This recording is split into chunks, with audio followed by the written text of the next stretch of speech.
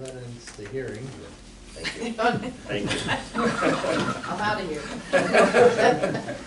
You don't have to come back. Okay. I So guess our- next month won't be so short. It won't be, and we're, Hunter, it's at the, and we'll announce this later, but you won't be here. High school, it'll be at the high Yeah. school, Is so. that the one that's up at 61? No. No, Fleetwood is, gotta go down Park Road. Parker. So, and the address is on the public. Yeah, you'll get the notice. My address. sister lives in Temple, I'll call her. Yeah, there you go, perfect.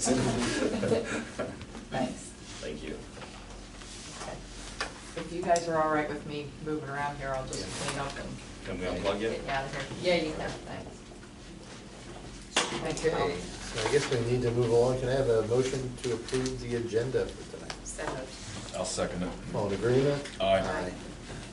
Okay, so let's look at I need a motion to approve the meeting minutes for October 13th, the regular meeting.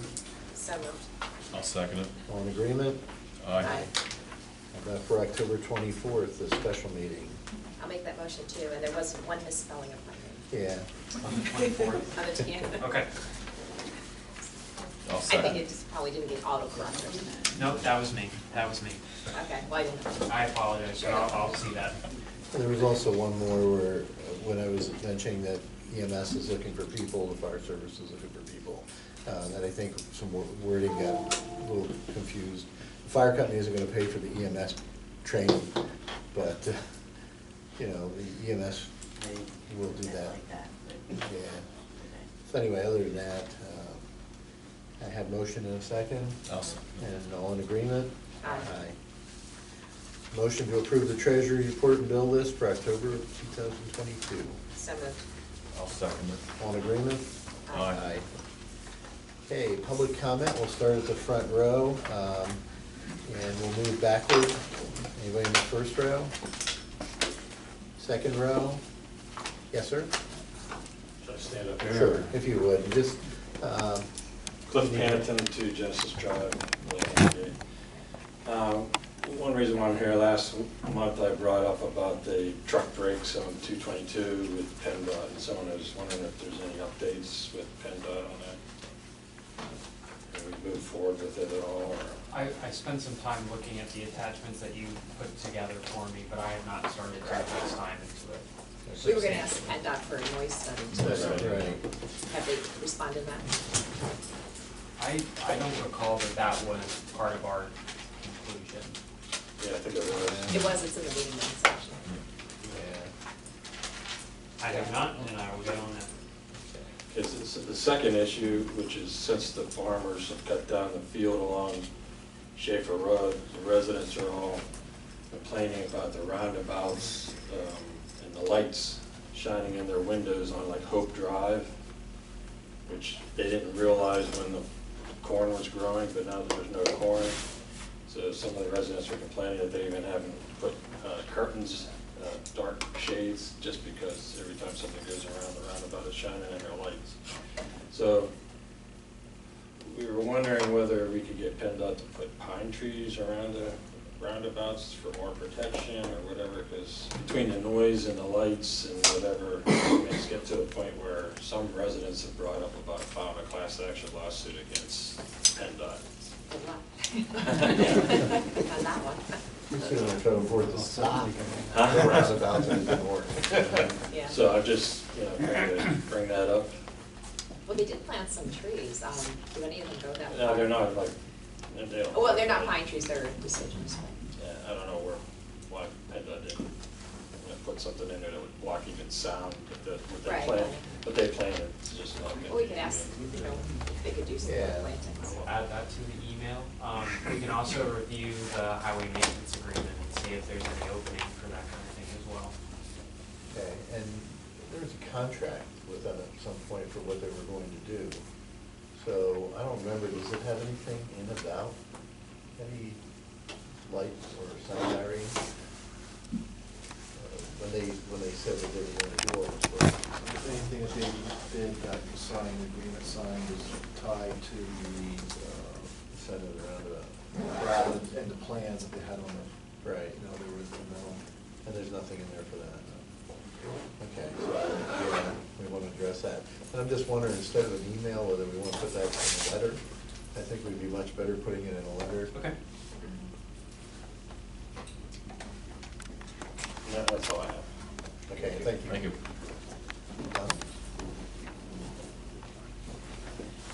Okay, nobody else in row 2, row 3. And we're moving to row 4, row 5. Anybody at all? Yes, sir.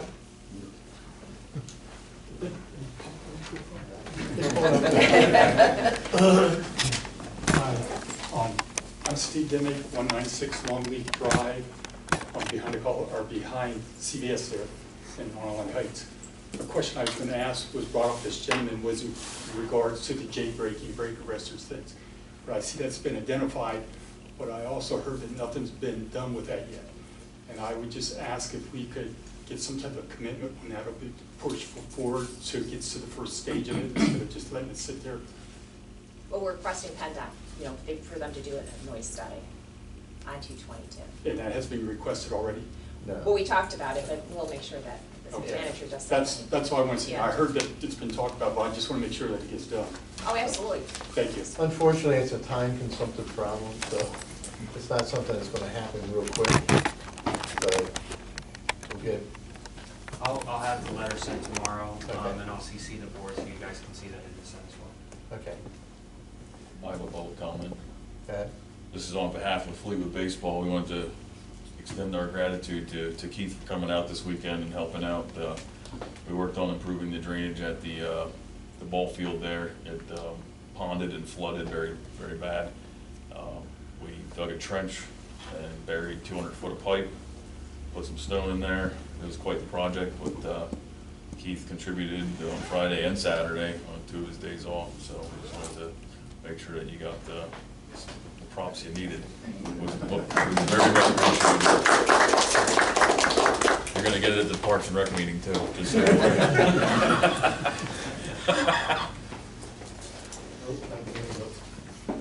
Okay, Thank you. so moving on to reports. Chief, Northern Creek. Stand up here. If you want to, you can use the, might make it easier to see. I was trying to get to be, okay. So we're going back to the September activity report because of the way the meetings fall. So the October one hasn't been approved. That'll be Monday at Monday's Police Commission. So calls for service for Maidencreek for September of 2022. There were 335 calls for service. Citations, there were 92 citations written. There were 89 traffic warnings given. There were 166 vehicle contacts made, 1 arrest. The vehicle service, the total was $4,257.57 for all the vehicles. We had two of the Explorers had the water pumps replaced. It's a preventive maintenance issue with the Explorers. They don't have the water pumps replaced, then we wind up replacing engines. It's a lot cheaper just to replace the water pumps. Then their basic oil, filter change, tire rotations, inspections. Vehicle number 6, the rear brake pads and the motors needed to be changed out. That was a little expensive. That was $644.29. We needed a battery for the one vehicle, but everything else was pretty much standard preventive maintenance. Fuel for the month, we used 1,103.715 gallons of fuel. Mileage converts to 9,491 miles total, with 4,410 of those miles being in Maidencreek Township. The month hours were 841.25, which converts to 28.04 day hours for Maidencreek Township. Moving on to crashes, now these are September numbers. There were 15 total crashes, 4 were reportable, 11 were non-reportable. And I'm going to get back to the crashes then. But the citation fines collected for Maidencreek Township for September were $1,625.04. So that concludes the normal monthly activity report. There are some things that in the past I know I was asked about roundabout crashes. So now these numbers that I pulled for the roundabout crashes are from October. So because of the delay in the meetings. Those are October numbers, September numbers, these are October numbers. But for the month of October, for the roundabouts, Tamarack and 222, there was one reportable accident for the entire month of October. And that was a hit and run. A truck drove through the middle of the roundabout during the evening, took out some signs. I believe the issue is the driver probably fell asleep because he went right through the middle of the roundabout. Of course, he attempted to flee, but he wound up having to stop in Richmond Township due to his tires being blown out and damage to the vehicle from the roundabout. That's the only reason he stopped. So he was cited for the hit and run, to the signs and everything else. So that was the one for Tamarack, and no non-reported. I'm sorry. No non-reported. I thought there were some non-reported. Bear with me a second. Yes, there were two non-reportable accidents in Tamarack. So for those of you, the difference between a reportable and non-reportable, reportable accidents per PennDOT, there's an injury, a vehicle has to be towed, it can't leave on its own power, under its own power, or if a vehicle is rolled, then it's reportable by PennDOT. Anything else is considered non-reportable, meaning not able to be reported. We do a real brief report on non-reportables. It's not really a report, it's an exchange, a driver exchange information form. Because it's non-reportable, we don't write a report for that. However, okay, so there are two non-reportable crashes on 222 at Tamarack in the roundabout. For Schaefer Road, there were two reportable accidents, and both of those were rear-end crashes due to vehicles. They were yielding to vehicles already in the roundabout as required, and people came up behind them and just crashed into the back of them. So I think a lot of it has to do with education.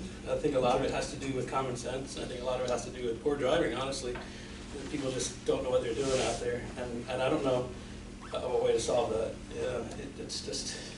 It's not just driving. I think we see it in a lot of things, right? The common sense just isn't common anymore. But there's not really that many accidents that it seems like, everyone's like, oh, there's all these near misses.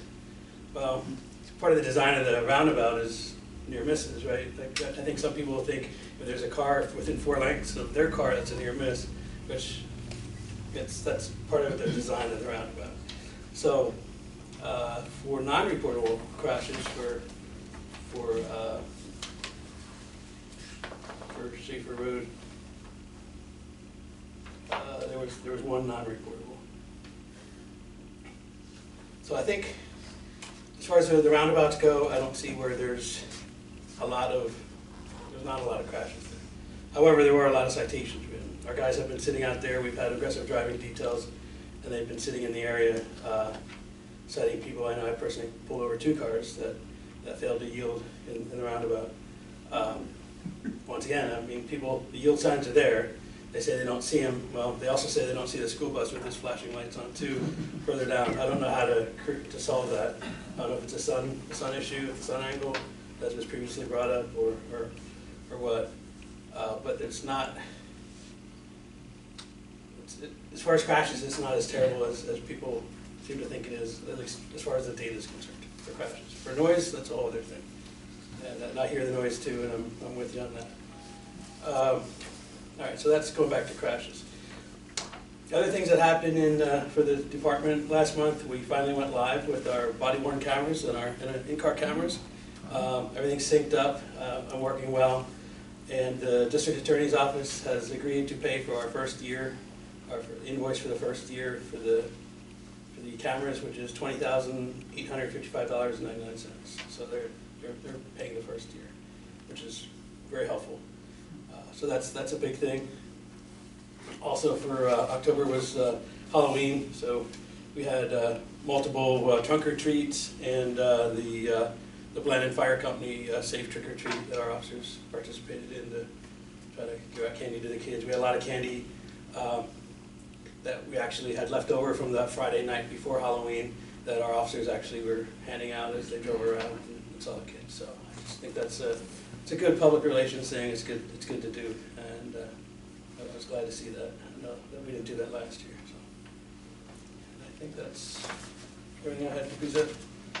I didn't get a candy when I said You weren't wearing a costume. no. Well, weren't we talking to PennDOT, getting back to the roundabouts, about having like some flashing lights and the yield signs and all that, different things like that? Any Still status? working its way over. I asked him recently about this. Yes, too. Asked Derek. Head engineer. Yeah, At PennDOT. yeah, he's the head of the design department at the Allentown. It's the District 5 office, the District 5 engineering office. I was looking, and I think I referenced this at the budget meeting. I have quotes and specs for a grant application for speeding signs to be attached both north and south at both roundabouts. I need to get a revised one because I think they're actually a little bit small. I saw them when I was driving down Villanova and I was like, ugh, for a highway, I think that's a little bit small. So revised ones, and then there's a grant application that'll come open in January that we can apply for. And it's probably gonna be in the realm of $30,000, but it will be linked directly into our electric at that the poles use. So it won't be a solar and it won't be a battery, it will be linked in Dedicated directly. 24/7, Right. okay. Exactly. Which is probably really good then. Yeah, yeah. Yeah, because I've seen a number of near misses in the roundabouts. I mean, you sit there, and Yeah. they're close, I mean, sometimes. Well, and the nice thing about the signs that I had spec'd out is that they have a cloud portal where they observe all of the data for everybody who drives by. So all of that can be shared with the police department as well, and we'll be Okay. able to have access to that for at least a year. That's honestly the most expensive part to maintain it. It's like $5,000 per sign, and the initial price for the signs is like $7,000 each. So the cost could be significant recurring if we want to continue using that speed data, but if we record it for 1 year and have a grant pay for that, we can kind of use that to base things in the future. And then maybe every couple of years we can see where that's going, but I'd be interested to see how that data shows whether it's actually decreasing speeds over time. That would be interesting. Yeah. I think a year's gonna tell you that. I think anything after that is just gonna be redundant Yeah. data. It's nothing's gonna change with 222, it's out of our hands. Well, the other thing is they're looking at increasing the size of the highway going further north, so, Well, they're adding more roundabouts. you know, they're gonna add more roundabouts. The 4-lane is gonna be all the way up to Kutztown. Mhm. So as they do that, we're gonna see higher speeds in between the roundabouts. Yeah, I would imagine. But the roundabouts are still gonna have to slow down because the newer roundabouts that they're putting in are gonna be smaller than the ones we have. They already have them planned to be tighter, so that's where you may see more accidents. That might help us too, forcing them to slow down, plus Right. if they're not used to roundabouts, now they're having to go through roundabouts, so maybe they haven't figured out what to get. And then again, maybe And the they thing don't. I've been seeing a lot too here lately is, so the semi trucks aren't using the inside lane, they're using the No. outside lane. Right. And it's kinda, even though there's signs posted, people are still trying to be next to them on the inside, so I see them going up on the apron to Right. not get run into, but. That was their choice. Yeah, right. Right. They're not supposed to be on the inside if there's a truck on the outside. Of course, the truck should be on the inside riding the apron. That's the whole design of the It's apron posted, but- itself. Every truck driver I've spoken to was never taught that. Nope. Right, It's an education thing. it really is. yeah. And it's getting it out to the companies. That's Right. where the problem is. Right. It's on PennDOT's website. It should be part of the CDL training now. since it's Yeah, it should be. It should be. So it's getting more popular. Chief, to that end, so on the 2 accidents you discussed where somebody was yielding and stopped not to go in and they get rear-ended, Right. who gets cited for that? Well, the person who rear-ended them. I just want to make, so it's part of the, Yes. is that the person that's stopping is in the right. Right, Even though it's exactly. yield, They're they're doing stopping, exactly they're what yielding, you're so supposed the person who rear-ends them is the one who's cited for that. Right. Make sure that was obvious to everybody. so. Right. Right, they're doing what they're supposed to do. Right. And honestly, from what I'm seeing, the people from around here are used to now, they understand how the roundabouts work. It's the people from out of the area, because we have a lot of out of the area traffic. In fact, the 2 that I pulled over the one day, the one lady was from Whitehall. And she said, "What did I do wrong?" And I said, "You didn't yield." She says, "Well, I yielded to the car before you." I said, "It's not a merge, it's a yield. You have to No, right overhead, no. Merge versus yield, and you see it all the time when you're getting on the highway, you know, if a car wants to come on the highway and you can't get over for them because there's somebody passing and they try to push their way in front of you, they're supposed to yield, they're supposed to wait until it's clear.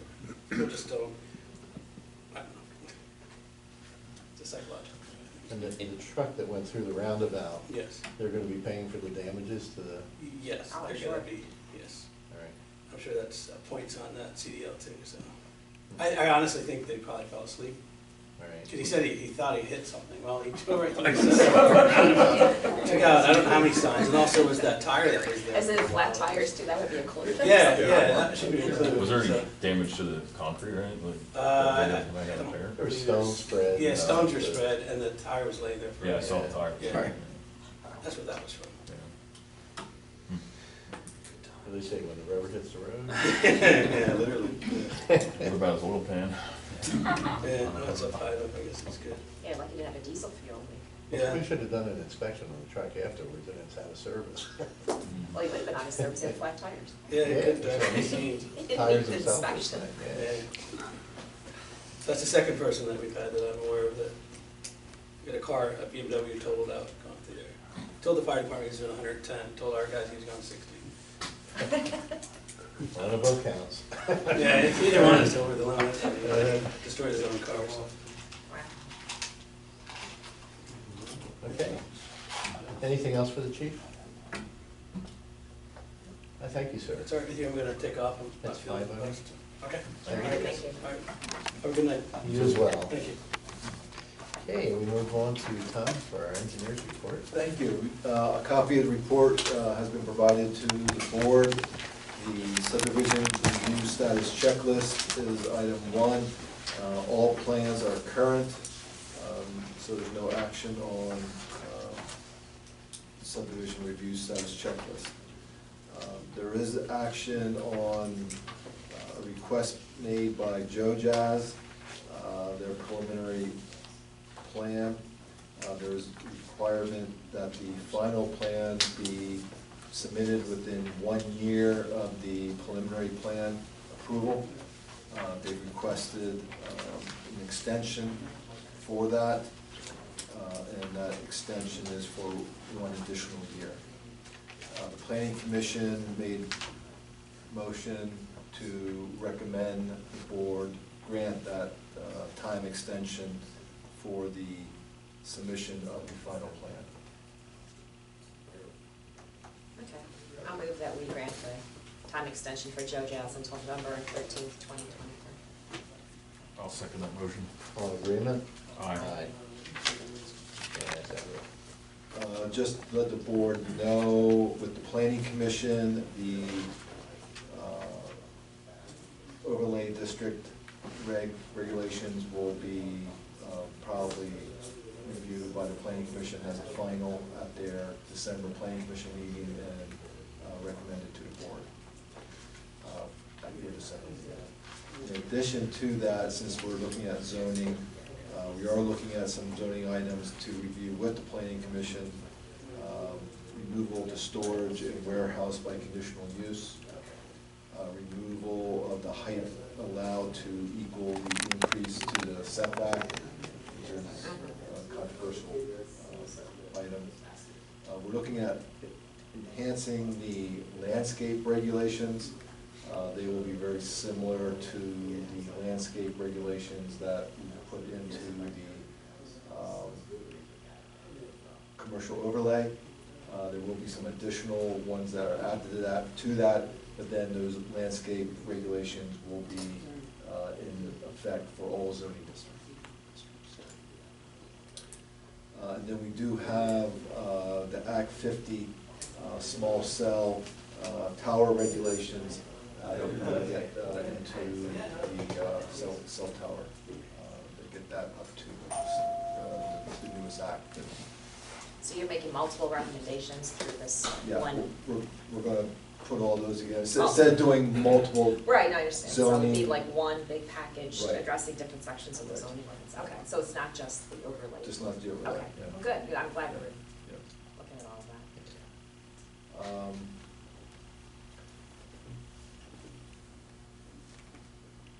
would request an executive session to discuss enforcement on 320 Main Street at the end of the meeting.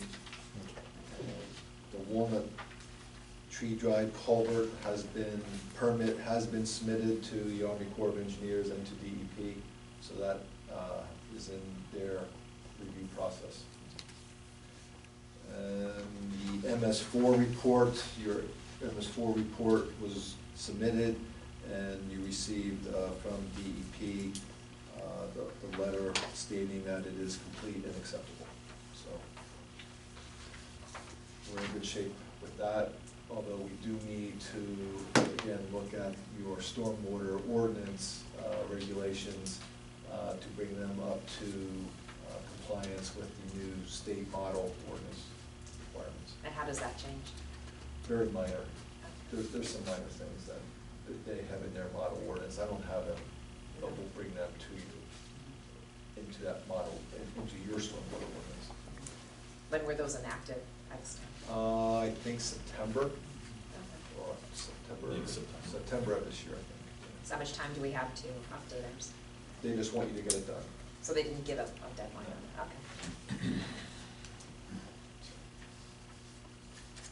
Are there any future recommendations they're gonna be making that if we're gonna make changes, we might as well do it all at one time? I can ask the planning commission, we can take that to the planning commission and ask if there's any other ones. These are the ones that are on my Right. radar, yeah. Okay. Anything else? Did I miss there, Hunter? You did a great job. No, you haven't heard anything on the other grant as far as You have not. You have not. So we're looking at spring projects for those. Right, we're looking at a spring project for Walnut Tree Drive, Right, which is right. not tied to a grant. Great. Okay. Anything else for Tom?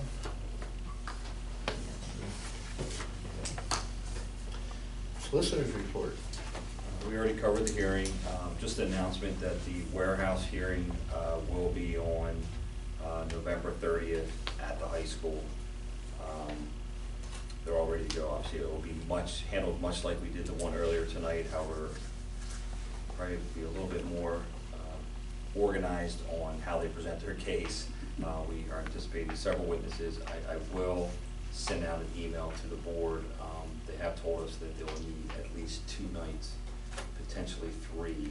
So what I would like to do to avoid re-advertisement costs on November 30th, if it does jump to a second hearing, have our calendar ready so that we can announce that date on November 30th for the public, and again, avoid the cost of the township to have to re-advertise it. So I'll circulate an email just to get dates, not to pick one, and that way I'll have a combined calendar that night to work out with them to see when we can schedule it. That's a really good idea, because we're gonna be hitting the Christmas and New Year's Exactly, season. a lot of stuff that starts Yeah. flying in our face at that point, yes, so. We And did- just for the record, it's at 7 o'clock on the November 30th for the conditional use. Correct, yes.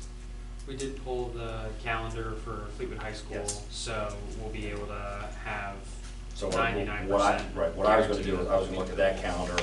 Your calendar. Mine is usually the toughest, I'm out a lot of nights, so then I'll give you those available dates that line up with mine and that, and I'll get it to Tom too, so. And the applicant. We're a little Yeah, bit. no, I'll get it to you, I just wanna get ours and then Right, I'll no, get I our know, dates to plus the their applicant, yes. schedules too, Yeah, so they're- I'm saying it's gonna Yeah, it's really a lot of moving complicated. parts.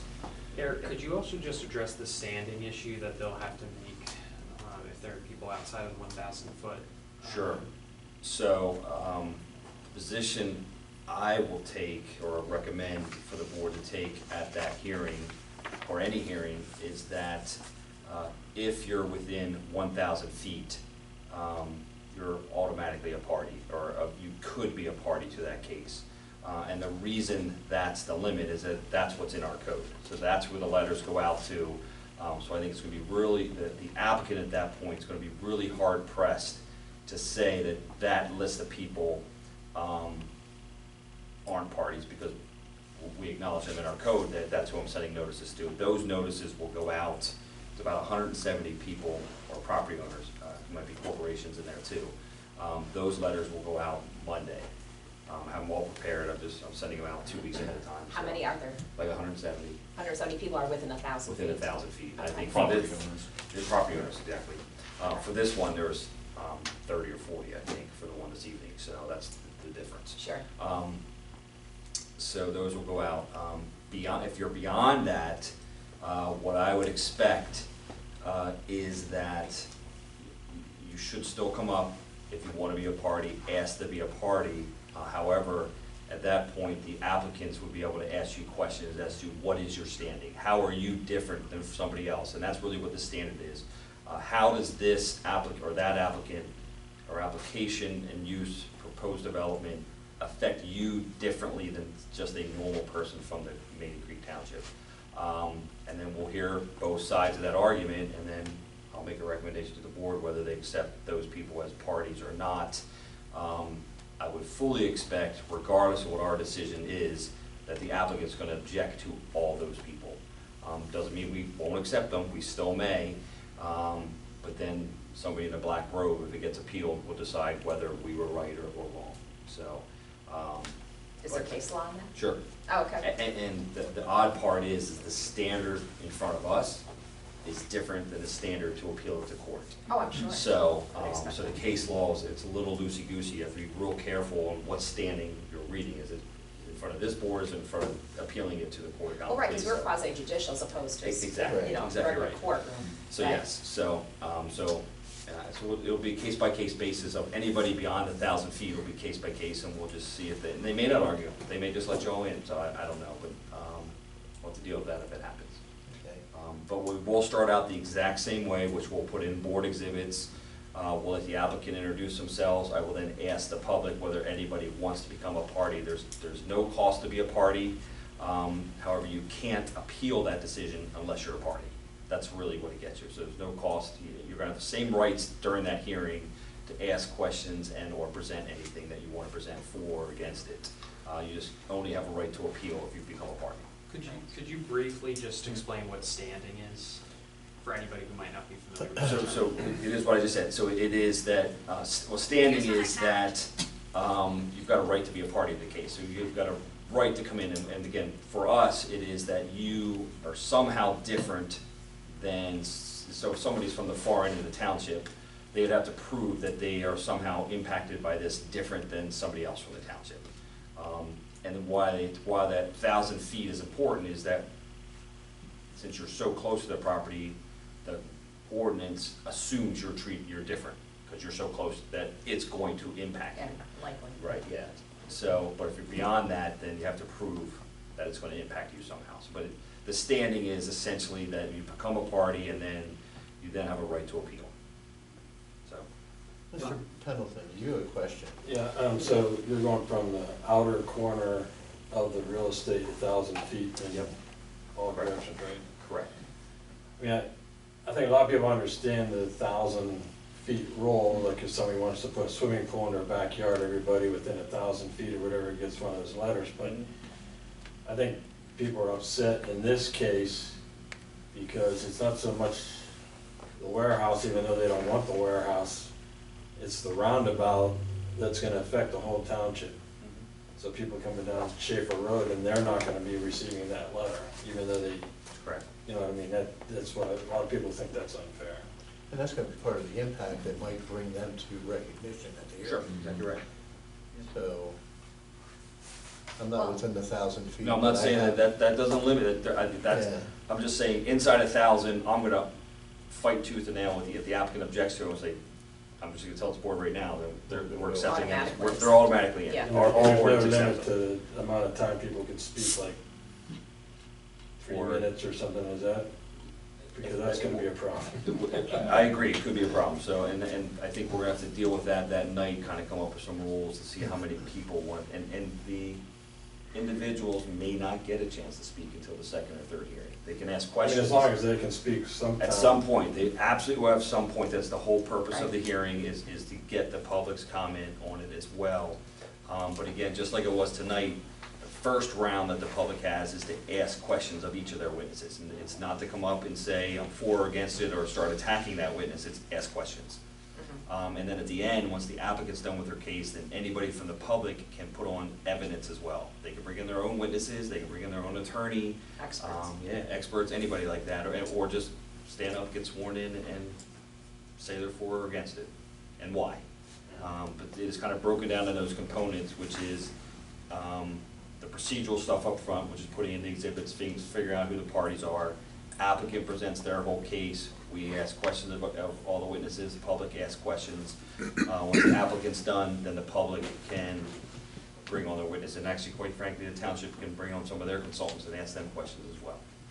So, all right. I had a question of the 170 properties. Does it include the Ontaloni Heights development? I could show you the Okay, list. I just, Yeah. I'm sure, what's that? it should. I don't have the file with me, so I actually Do have you it. know that, Hunter? Yeah, I measured Some a of them. 1,000 feet. Okay, It's- okay, so there, okay, so then. Yeah, it's parts of it.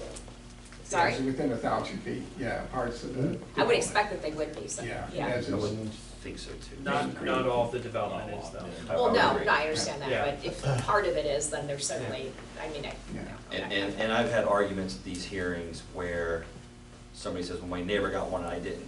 And I have to explain to them that they're 503 feet, or because of those orders, that's, so, and they're like, well, that's not fair. I'm like, well, we have to draw the line somewhere. We can't send letters out, so, really, so beyond sending those letters, it is the property's posted and it's in the newspaper.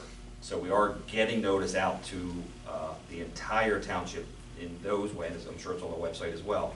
However, it's though, again, it's those 1,000 feet that get the extra notice that says, hey, this may impact you different than other people. Show up if you want to make input.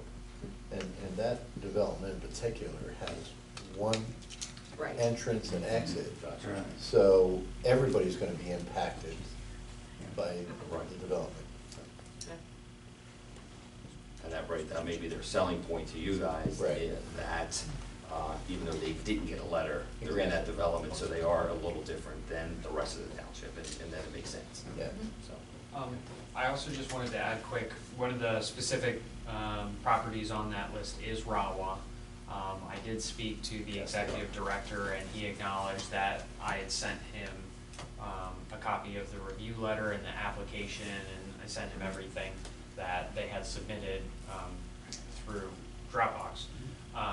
I don't know if they're gonna get back to us, but there's no way at this point they could say they haven't gotten it, which he did when I talked to him. So they didn't get it. Yeah, They said they didn't. correct, Oh. yeah, which is Because not, I which is not the actually expect to case. see them bring an attorney. Well, Yeah, well, yeah, and I'll, I can share with the board what he said at some other time, but, I don't know what they're going to do at this point. Well, it's good that you have the follow-up, so that Right. they are familiar with it, they have documentation. if they- Familiar might be a little bit of a strong term, but yes, they Well, are with the definitely concept aware. of what's being proposed, Yes. so how much Yeah. detail, but, because, there's the Peters Creek and all that. Right. Yeah. So that if they choose to participate, they have that opportunity, so. Yeah, and I've known the executive director a few times, for a few years now, so I can call him again, and say, do you guys have, did you get the notice, blah, blah, blah, blah, blah, are you planning to come or anything like that? Because I'm sure that would be a party that would have a lot of interest from the community and from the board to hear from. Well, they're within 1,000 feet, so they're automatically on the list. so. Yeah, I mean, I would expect that they would. yeah, It's the normal course of Surprised if business. they weren't. yeah. I'd be surprised if they weren't. Yeah, no, I would think so too. so I can email you guys the list if you want. Yeah, I'd like to see it. Sure. I'm sure Bowler probably did their due diligence on that one. Who did? Bowler Engineering is Oh. who they're using. Yeah, they're actually number one on the list. Yeah.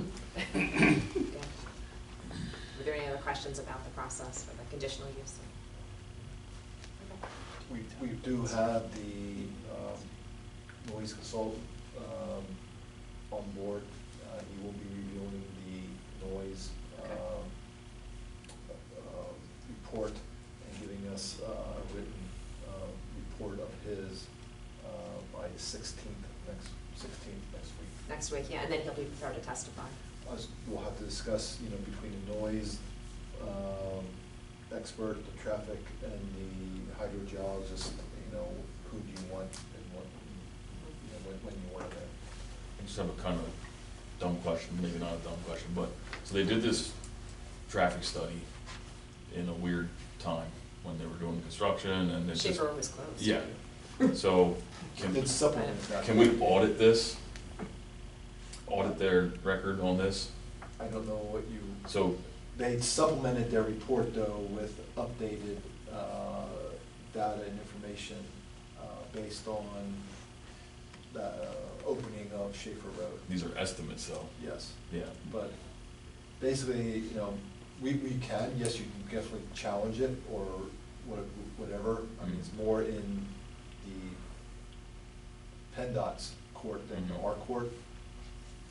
Sure, PennDOT provided it for their project, right? Well, So- it's PennDOT and it's PennDOT Yeah, permitting, so yeah. it's, I mean, everything on the traffic is going to be done in accordance with PennDOT rules and regulations and PennDOT standards. So if PennDOT accepts it, I don't know if we have the basis to not accept it. Does PennDOT have standing at this hearing? Because the road is there, so would they be present to defend their objections of any? I've never seen it. I was gonna say, I wouldn't expect that, Would they have standing? Absolutely. They just don't get involved in. Right, they just don't. but they are Okay. involved because of the HFP and everything, and Exactly. the roundabout issue, so they have their hammer if they wanna use it, Right. which is probably So- more effective than our conditioners. We may want to make special notification to them, Hunter, I'm sorry, can you s- The- repeat that? PennDOT, PennDOT, Special Yeah. notification to PennDOT Right. regarding. about our meeting. regarding the hearing, and whether they want to appear to be heard.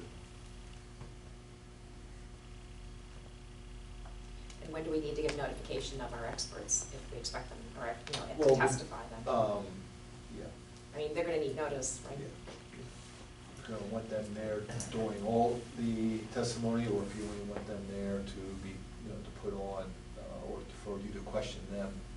I think to be complete, normally cases like this, you have them attend the One entire go through, time, so they yeah. know what one side said, and they have their report to present, and then they can give testimony what they found, especially if There's it's, gonna be if it's rebuttal different. at some point, so Yeah. if they're not there to rebut the testimony. I think, Mhm. I know that we have notified them, but we'll make that stronger wording that you shall be there. Okay. Oh, no, I would expect them to be there, because, you know, and then to present their own report, and then, I mean, then puts everything into the record, and then we have a complete record from which to operate from and issue a decision. Right. If it goes to court, we're gonna want that anyway. Oh, absolutely. Right. I did just send a list. Your two emails weren't showing up on my phone, so I'll get you that property owner's list. Did our phone number show up in your phone? They do, but your emails are not populating, so, so Hunter, I copied you and just said, could you send it off to them? Yeah. So I don't know why their emails weren't showing They've been rejected already. Exactly. That's all that I have for my report. And are we going to be printing anything out for that, for those hearings, so that all our residents that are coming in know what the rules are, that we would have a printed out version that, I will announce them just like I did tonight. Okay. If you want something written up that's more than that, I can do that. I'm thinking that might be a little bit clearer. Yep. And you put it on the website too. Right. Like a PDF, so it's downloaded. Yeah. So you're looking for rules of the road with the conditional use hearing, the standards of conditional use, any. What they can expect, first of all, by coming in, what they're going to be able to testify to. And we don't want a lot of redundancy, because that's just gonna take up time. You know, But people have a right to speak though, too. they do, So you have to allow for people to make comments, and if they want to ask questions, they have the right to ask questions, which I think is important too. but we're also gonna have a timeline that, or we'll be there round the clock. Well, the meeting's gonna be So- over at a certain time anyway, because they're gonna do 2 or 3, right? Well, if we allow everybody to speak as long as they want to, we might be there for 6 months. Well, Well, how Job long done, can we go at so. 9 with the high school? I have a question on that. So we start at 7, how long can we go? I believe 10. 10 PM, okay. What So I'm, that's 3 hours. what I'm foreseeing as a challenge though to this letter is the way that you guys are talking about it now. There are policy decisions in writing this letter that maybe it would be better for Eric to write it. Exactly. Oh, yeah. To come from his professional For, judgment. for, for the procedures. Yeah, Yeah. especially if Yeah. you're I've already gonna written make down, some so. type of requirement that says, and, you know, a cross-examination by a party cannot take more than an hour or something like that. So if he provides a PDF, just load that up onto the website, Yeah. have a few printed out, so people can pick them up. And that people will know too, that when they're testifying, they may face questioning as well. So it's part of the process. Can we charge those packets to the applicant? For this? Yeah. I mean, this is, it's gonna be like a one-pager. Yeah. It's gonna be I- copies. But I you're don't printing s- out a bunch of them. Yeah, I don't so. foresee that being a one-pager. Maybe I'm misunderstanding. I mean, do you not want the standards of the conditional use in this? Not necessarily. No, I think it's just an standards, just the- overview like for a people who bullet don't know, thing. who Okay. don't, What we're the not process- They familiar don't with understand conditional it. use hearings. I mean, other than generically, I could tell them what the standards are. I'm not gonna go into copy pieces No. out of this. Okay. That's their No, job to that's not figure right. that out, so. Okay. um, Well, then probably not, but I guess I was foreseeing like a 3-page packet and, you know, for Yeah. 100 It people. don't need that. One page should do it. It'll be everything that's So covered, maybe you know, verbally. yeah. Try to make it one. Yeah, we'll do it double sided, which is why I've been sending the notices out too, so. Okay. All right, I'll get to work on that. Okay. And then, okay. And just so you don't skip our 100, did you have something? The review of the workplace. Yeah, I was just gonna look at that.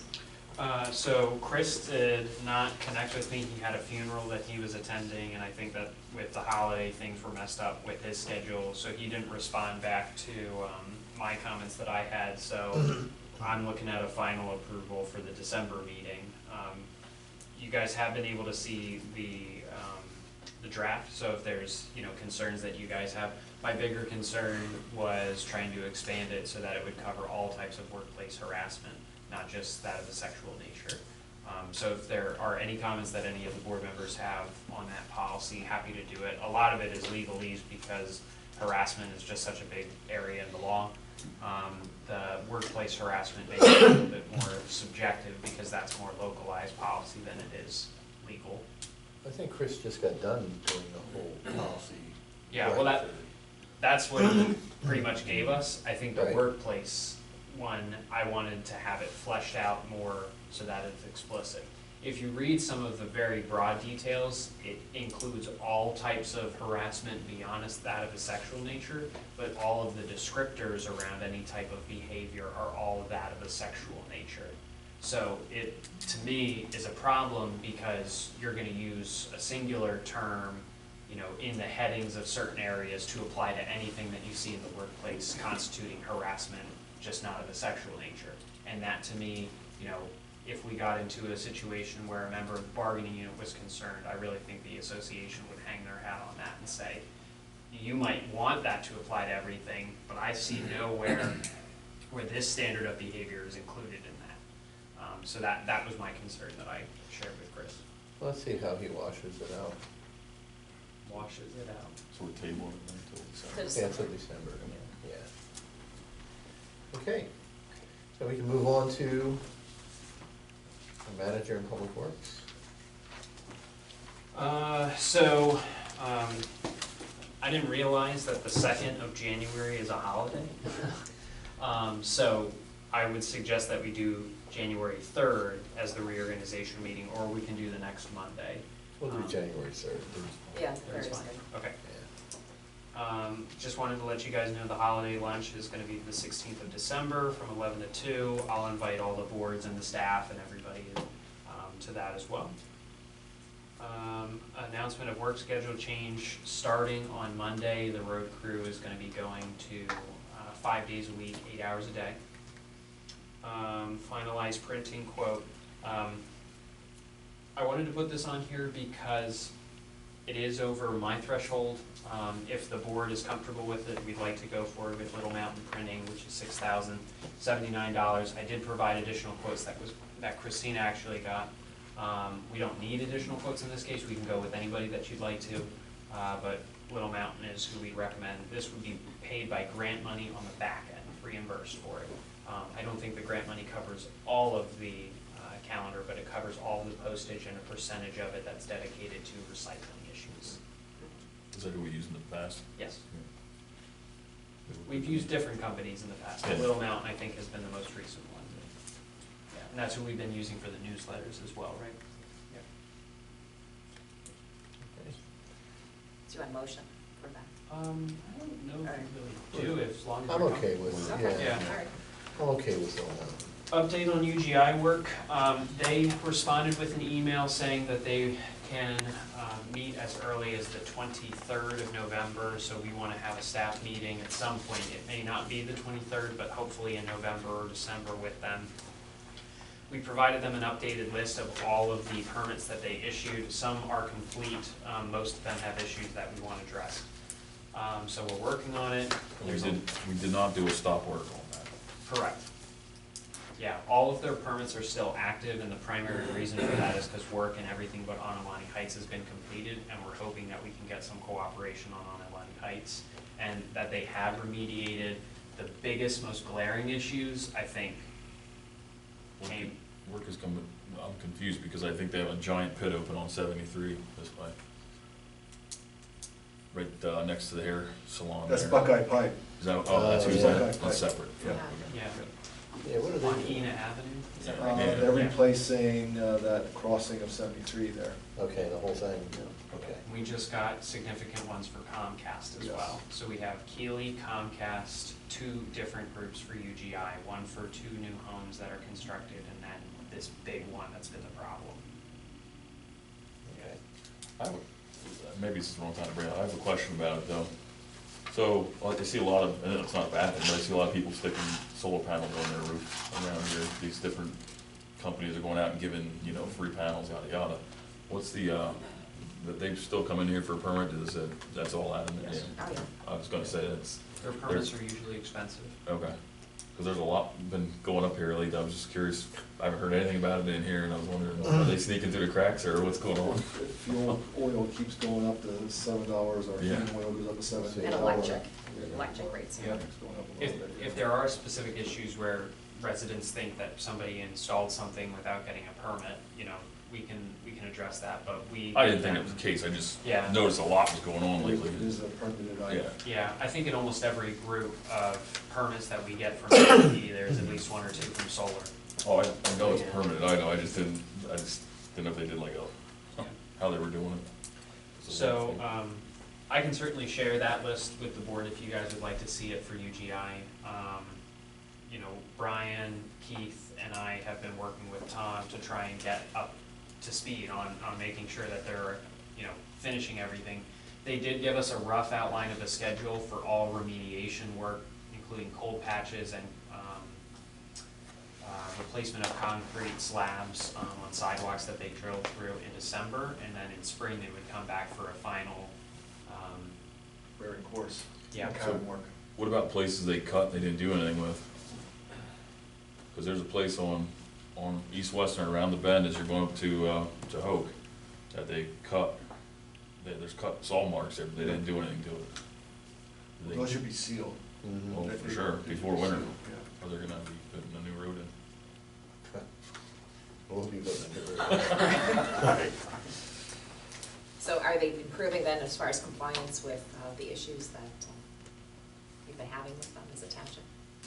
I guess that's a no. Do they acknowledge that they've got some problems they gotta clean up? Yeah, So they it's disputed communication some improvement. that we've sent pictures on, or we have pictures on to send them to. They've come out twice now to redo groups that they had. Anecdotally, we think one of the crews that they had subcontracted to do the work was the problem, and they had 2 that were working in the township. So, I don't know how to answer that honestly. Keith, do you have any insight about how to answer that? Are they getting better? I would agree with you, the fact that there was 2 crews in here, and there was 1 good one and 1 bad one. Yeah. So they're trying to fix what the bad one did, and I think they're still missing stuff. Would you say that that's fair? I would say it's fair. So is the bad crew, quote unquote, still working in the township? No. No, okay, well, that's an improvement then. Yeah. Okay. That optimism is what helps me get up in the morning. Because that means- We want to keep moving to not the the alarm goal and clock, have, right? you know, fewer problems and get things cleaned up, so if they're creating less problems, then we're at least moving in the right direction. Yeah, exactly. Okay. Update on road work. I think we're all done for the year. I think maybe this would be a good time to say too, leaf collection. All the leaves fell in the last couple of days, and with the holiday, we are working to get back up. But the increased volume in the less amount of days has really not been a helpful storm, and I didn't authorize overtime for them to complete everything. You know, at this point, I think there are a few places that need to be picked up, and that'll happen on Monday. And then we'll start the whole week as well, and make sure that we're catching back up. It's just, I think, kind of a perfect storm, so to speak. And I guess we're looking at storm this weekend, speaking of storms. Tomorrow, yeah. So those leaves may all be grounded, but they may all be lined up in our. Well, they're talking about an inch of rain too. Yeah. Well, we'll have 4 days, well, actually 5 days, 5 days next week. Yeah. To get back on track. Well, they may end up being drain issues then too, so. Can you, this is kind of along the stormwater there, can you give a, just for, I know you and I spoke, but for everybody here, update on the creek cleaning and all that? We're pretty solid with everything being dead, removed. You said there was a lot of dead behind the bank that's standing. Yes, we did a quick walkthrough from Cornerstone Bridge up into the bank property, and we tried to count the amount of dead trees that were in there, and by no means did we get every one of them, but we did mark well over 100. There's a lot of ash in there, I believe, right? A lot of ash. Yes, it's well over 100 trees in that section right there. But a lot, it's been, right now, we're pretty clean through there. Like, you guys did a pretty thorough cleanup. I haven't walked it since, but, and same thing with Willow Creek along that. We're in good shape, yes. We tidied it up, so. Thank you. Thank you. I neglected to say this at the beginning, that a representative from Mascaro is here, if you guys wanted to take that next, rather than wait until the end of the meeting. Because I don't know how long this discussion about the appointments and reappointments is gonna be. We can do that. I know he's probably enjoying reading something else, but. I'm reading one of the Republicans' law. I hope you would talk to Republicans here, but, you know, Sam Augustine, I'm Director of Sales for Mascaro, and I was at the work session, I guess it was 3 weeks ago. Of course, we put in the no bid for the recycling. I'm here to answer any questions you might have. Obviously, the bid is a large increase from the previous bid, and we've been servicing the township for quite some time. So I'm here to answer any questions. Can you give us a 25% discount?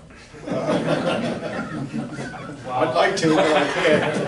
For a shot. Okay. So Even if we did, it would be a big problem.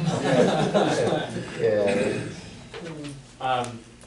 Just to recap briefly, the increase we can associate, and with what Mr. Augustine added at the previous Board of Supervisors meeting, change in recycling market generally, change in overseas markets being able to accept different grades of recycling shipments, and some of the changes in those markets that have happened since 2018 when we last put out for bid. Also challenges with finding laborers and finding specifically CDL drivers that'll be consistent, and then just general increases associated with inflation that we're seeing now, and just the inflation since 2018 are the result, or are the cause of the increase that we're seeing here. They are the lowest responsive bid, and if the board would like to act on this bid, I recommend that JP Mascaro and Sons be awarded the contract. And just so everybody's aware, we're committed to the recycling program under state law. So it's not like we could turn away from this and say we're going to go back and shove everything in the garbage. We don't have that option. So we're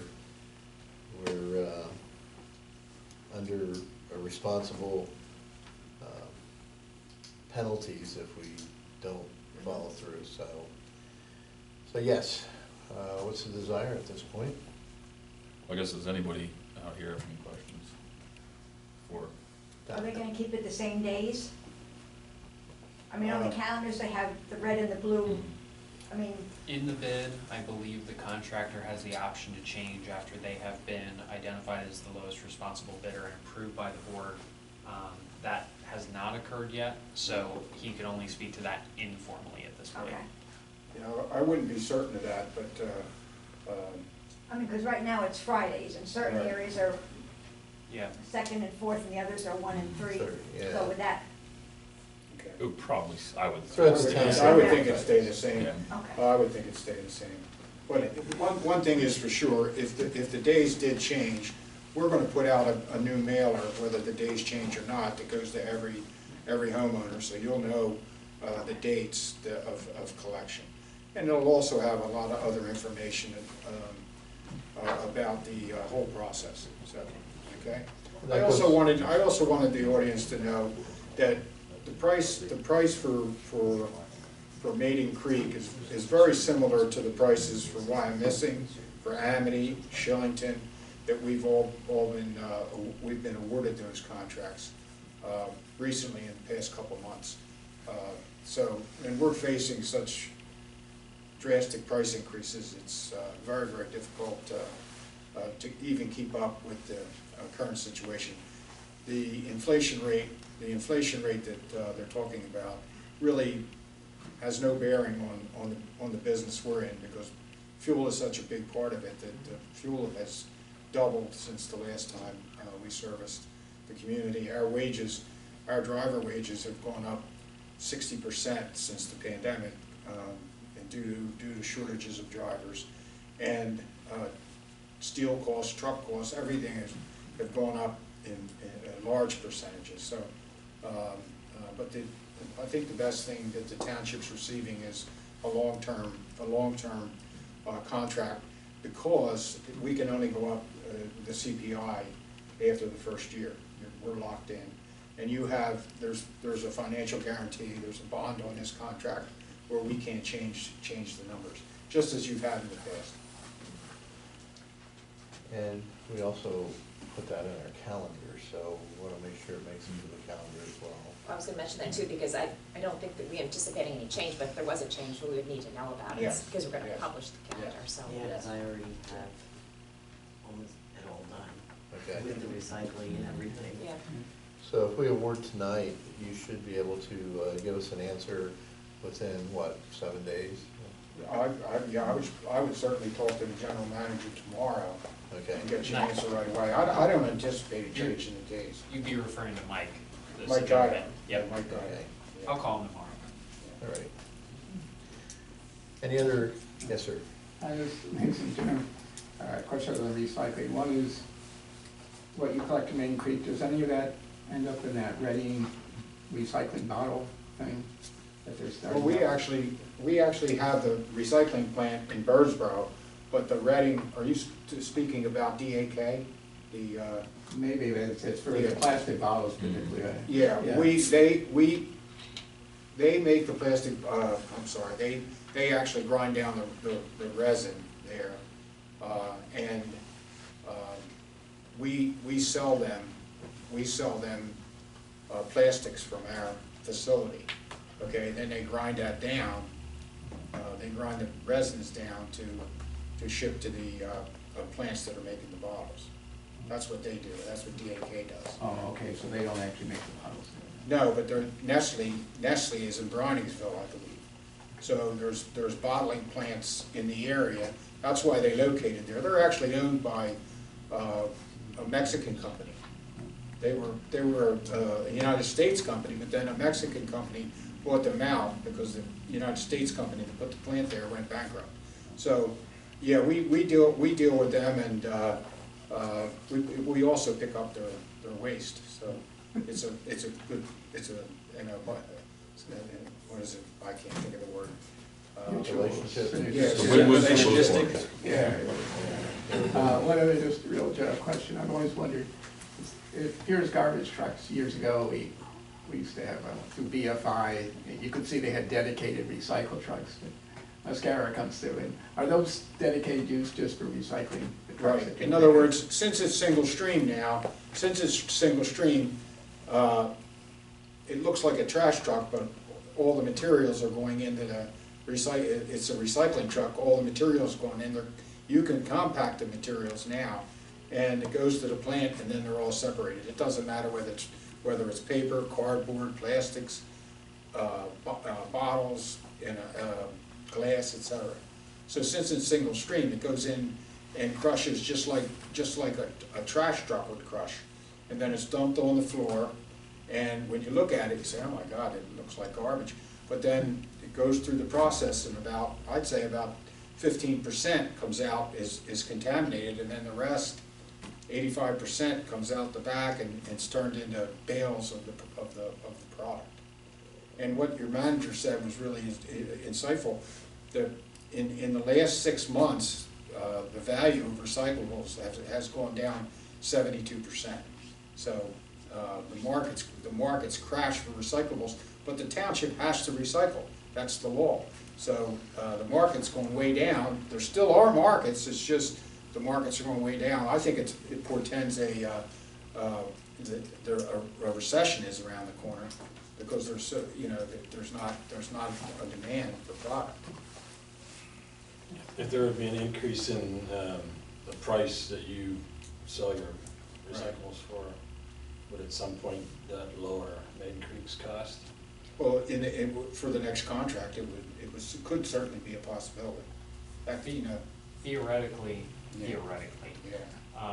The CPI standard that we have included in the bid, if it decreases, then that needs to be the offer price for the next year. Now, they're only locked into 2 years, so it would need to happen next year, and I suspect that they probably would not want to renew if that was going to decrease their price in the 3rd year or 4th year or 5th year. Yeah, well, you have the right to renew. Yeah. Right. I don't know that we have the right to renew. You have the right to renew. We have, yeah, for the exclusive 3rd and option. 4th year, yeah. Any other question? We're good? Okay. So, So you did not have a motion yet, just go back to that. So. okay, so I want to a motion to accept the J.P. Mascaro and Sons bid for $294,228 for 2023 for municipal recycling. So moved. I'll second it. All in agreement? Aye. Thank you very much for your time. Thank you. Okay, so let's come back to appointments and reappointments. So there are a number of board members on the Planning Commission and the Maidencreek Township Authority that will need reappointment at the end of this year. I need to understand if the board would like any type of process other than just renewing anybody who's an incumbent, so that I can have the resolution prepared for the reorganization. January 3rd. Well, Yeah. usually what we do is we just put together a listing of everybody who holds that position, ask them if they're interested. We're not exactly at the point where we have people knocking down our doors to take any positions, so. But we have vacancies right now. Yeah. Yes, so that was the other part of the conversation is how do you want to adjust the vacancies? Because we specifically have a resignation this evening. I have 3 people so far that have expressed interest, and I have their information here, but I wanted to understand what process the board wanted to follow with those vacancies. I'd like to see, like at least a resume, letter of interest, and then we have multiple people, a brief interview would be nice too. Okay. Are you talking about the current one or for For the vacancies. the open The spot? vacancies. So the biggest 2 would be one for the zoning hearing board and then one now for Maidencreek Township Authority. I believe that everybody who's term for the planning commission and the township authority are all willing to continue serving.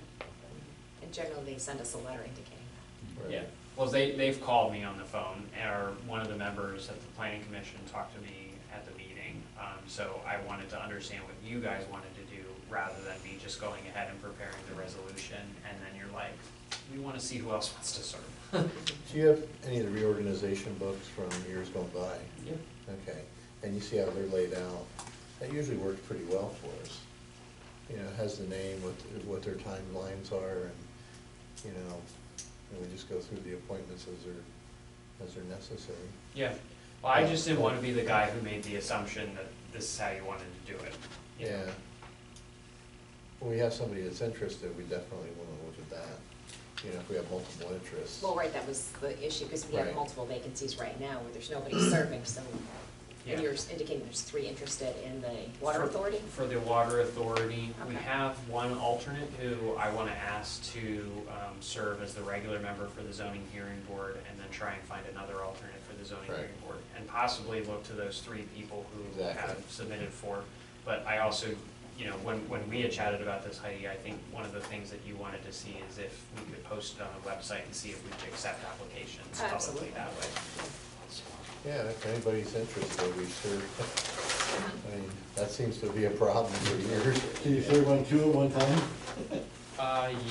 There are some restrictions, but generally Zoning. speaking. Zoning yeah. hearing board, no. Other ones, Other ones, mostly yes. yes. Well, could zoning, I don't know if the parks would present a conflict.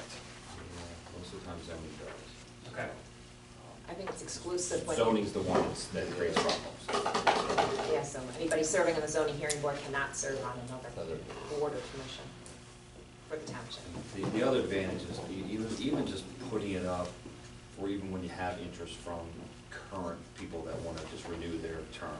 By putting it up on the website, you get people that put their name in, and then Hunter then has a list saying in the future. If you don't ever put it up, no one knows to put their name in. So even if you are going to reappoint the same people, Yeah. it's good to put that list or put that on the website just to spark people to contact you, Yeah. rather than one-offs all the times, because they may miss it. Yeah. And personnel is policy, so I didn't want to try and tie the board's hands with, making decisions ahead of time for you guys. That was my intent with having the discussion. I think if they have an interest, they want to put in a resume and just bring it to us. Yeah. And a short letter, Right. Letter of interest. 1 page.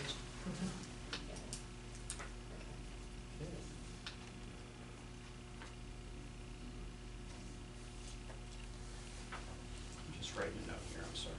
Okay. For Park and Recreation, I think the only thing, and Anthony can lunge at me if I have forgotten something, but Park and Recreation, we got an email this evening from the Balthazar family for the dog park memorial, so I'll distribute that, and I think I already sent the email to the Board of Supervisors. I know Keith wanted to be involved with making sure that they put it at the spot that's acceptable to us. And the other part of that is that we're looking to have a special meeting on the 14th of December to talk about 2 issues right now. The Fleetwood Area Baseball Association field reservations, as well as the Special needs. special needs playground equipment. I think it's inclusive play is the PC term that I was struggling to find. Inclusive play equipment. So you're asking for a special meeting for December 14th, or is this a special meeting with the Park and Recs? For them, Okay. yeah, for them. Just reporting it to the board. Okay. Do they have a date for the memorial bench that they're gonna do this? The 19th of November, I believe, is what he sent me this evening. Is he just, they wanna do it quietly, or they wanna do like a dedication type thing, or I like? think it's friends and family. Okay, I don't think it's open to everybody. yeah.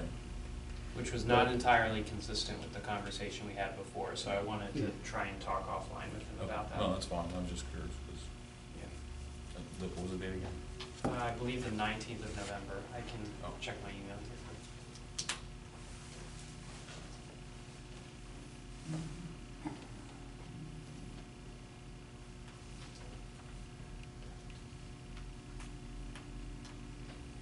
Regardless, maybe I'll just take my dog for a walk. I'd like to be there. Yeah, 19th at 2 p.m. So I'll chat with him about that and try and get some more details. Anthony, did I miss anything? You miss anything? Did I miss anything? No, not that I know of. Okay. I'll let you know. You have to wait for the big budget meeting for that one. Yep. I'll wait for the emails to roll in then. That's all I have for staff. I did put the November 21st date on the upcoming events calendar below this one. That regular meeting for November 10th should have been deleted from this one, but that's my bad. November 21st at 6:30 PM for the budget meeting.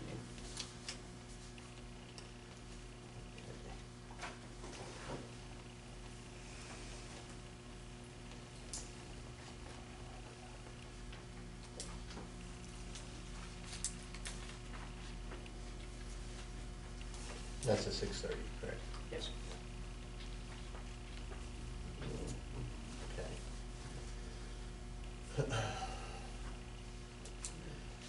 Okay, so we want to go back up to business? Do you want me to go? Yes. Change of status, staff is recommending that Earl Weber be appointed to full-time light equipment operator at a negotiated rate of $25.23 for the first year, $26.23 forward as his base rate of pay, moving from part-time. And just so people understand what this is we have one of our employees that is out of work now, and chances are they will not be returning. So the hours that that person would have gotten are just being moved over to put another individual in full-time who we don't want to lose, and who would benefit the township very much so. So we're just kind of making a good business offer to a great employee, and that's what we want to do. Honestly, he's been working 40 hours anyway. When he was part-time, he's been filling the void of the other gentleman not being here. So it really hasn't, I don't think it's impacted anything. No. Not gonna change it. So we need a motion for that. Yes, I'd like a motion. I'll make a motion that we appoint Earl full-time light equipment operator and negotiated rate of $25.23 for the first year, $26.23 base per hour for the next year. I'll second. All in agreement? Aye. Aye. Acceptance of board resignation. Kevin Wassmer from the Maidencreek Township Authority is resigning his position effective after the November meeting. I am recommending that the board just accepts it for December 1st, so that if an emergency happens between then, their meeting next week, and the end of November, that he can be a voting member in that instance. So moved. I'll second that. All in agreement? Aye. And we would like to send him a letter thanking him for his service to our authority. Set winter period lunch hours for employees, 30 minutes at employees' discretion. Under the collective bargaining agreement, the board has the right to set a lunch period time, and as we're moving to 5 days a week, 8 hours a day, I think it's appropriate for the lunchtime to be set at 30 minutes at an employee's discretion. I don't know that we need a motion for that. I think it's just administrative. The bargaining agreement explicitly says the board of supervisors, so I think a collective decision would be fine, but I couldn't make it administrative. Right. So Okay. we need a motion then? Probably appropriate. Yeah, I would Yeah. think so. Okay. Do I have a But motion? when you say employee's discretion, that's in the certain time frame of, is there guidelines to that, like? I believe in the rules and regs, there's something that 12 to says 1. 10, I don't think it's 12 to 1, I think it's, Keith, do you know? I think it does specify, I think it says midway through the day. They're paid for lunch anyway, so it's like, Yeah, it's usually 4 hours after Yeah. start of your Starting shift. in the morning. Okay. just that it wouldn't come up that they'd say, oh, I didn't take lunch, so I'm gonna leave a half hour early. I'm gonna take my lunch at the end of the day. It's left over Well, for the, I, for not even having lunch. So if we set it between, if you want to set an hour, that's fine. Like- Yeah, I don't see that as being an appropriate case that Not to say that any of the guys would do that. Right, no, I'm Yeah. not saying they would either, but just, and it could Yeah. change the future too. Yeah, so would between 11 and 2 PM be acceptable? What time Have do you they ever start had in lunch the after morning? 2 p.m.? They would start at 8 AM in the morning. And this is only during the 8-hour, 8-hour shift. 5-day shifts. Yes. Because they start earlier when they're doing 4 days. Right. Correct, yeah. So maybe you wanna say just, even counts differently, no sooner than 3 hours after they start and no later than 3 hours before they end the day. Something that way. Yeah, it's that way not- you're- That way, yeah, anywhere, yeah. regardless of when they start, Right. it's. I like that, counted yeah, way. because they start different times. Yeah, exactly. That way, yeah, if Keith has them come in earlier or something a different day. Right. it- Or like they're coming on the weekend or something Right. for snow or something. You know, that kind of thing, so. So if you give them those parameters, I think that will satisfy your concern. I don't know, is this gonna cover the snow though? I think This that's is like an mostly for extenuating the cir- week. Yeah. This is mostly for the week schedule, because I think when You you're don't eat plowing, lunch during snowstorms. yeah, We're just out working. You don't know. Yeah, you do, it's on the road, grab something, go. right. So I don't know that we wanna include the snowstorms in that. No, I think No, I it's- was just, yeah, it was it's just a under- comment, Monday because I mean, through because they could Friday, be working normal. like a 12-hour Normal day. operation, Monday through yeah. Friday. And, Yeah, this you is know, only we for were the 5 8-hour days. Normal Because when they open up operations. for the 12, we relook at that again, correct? Yeah, because this only says that winter period lunch. Right. So. Yeah, winter period lunch, so. Yep. Extenuating circumstances, then, you know, obviously it's not, but during normal operational hours. Yes. So, I don't know, how'd you say it was in? So 3 so hours. no sooner than 3 hours before they start and no later than 3 hours before they end, yeah, after they start, yes. You got that? You make a motion? I will. I'll make Okay. that motion that we establish the winter period lunch hours as outlined by our solicitor. I'll And second the 30 motion. minutes at the employee's discretion. All in agreement? Aye. Aye. Okay. Okay, so, do we plan on any, We have the one executive comment. Oh, You need Give it action, executive session. you need action from it? No action. I do have one thing that I just wanted to share quickly with the board. Just wanted to celebrate an employee's choice that saved the township a lot of money. Andrew was able to work on one of our trucks that was having some type of issue with one of the rear axles. And when he opened it up, he was able to find that it was a gear error or a gear brake or something. It was actually the axle that had broken. Okay. So we thought it was more inside the pumpkin. Yeah. And it turned out not to be that, so that was some really good news. Yeah. A lot cheaper. It was a lot cheaper, and had we sent it out to the company or a dealership to take a look at the inside of it, the cost would have been a lot more than what we ended up paying. So I would guesstimate that we saved somewhere in the ballpark of $2,000 grand from him just taking the initiative Oh, that's to jump in there. sounds great. Did I just say two? You did? Oh. $2 grand. We got it. Okay. Is it $2,000? Yeah, What'd $2,000. you think it was? I said He said 2,000 2,000 grand. grand. Oh, okay. He's surprised you just say 2 bands. Okay, so if there's no plans on any decision after this, we can go ahead and adjourn the meeting. Do I have a motion? So moved. Second? Second. Okay, all in agreement? All right. Aye.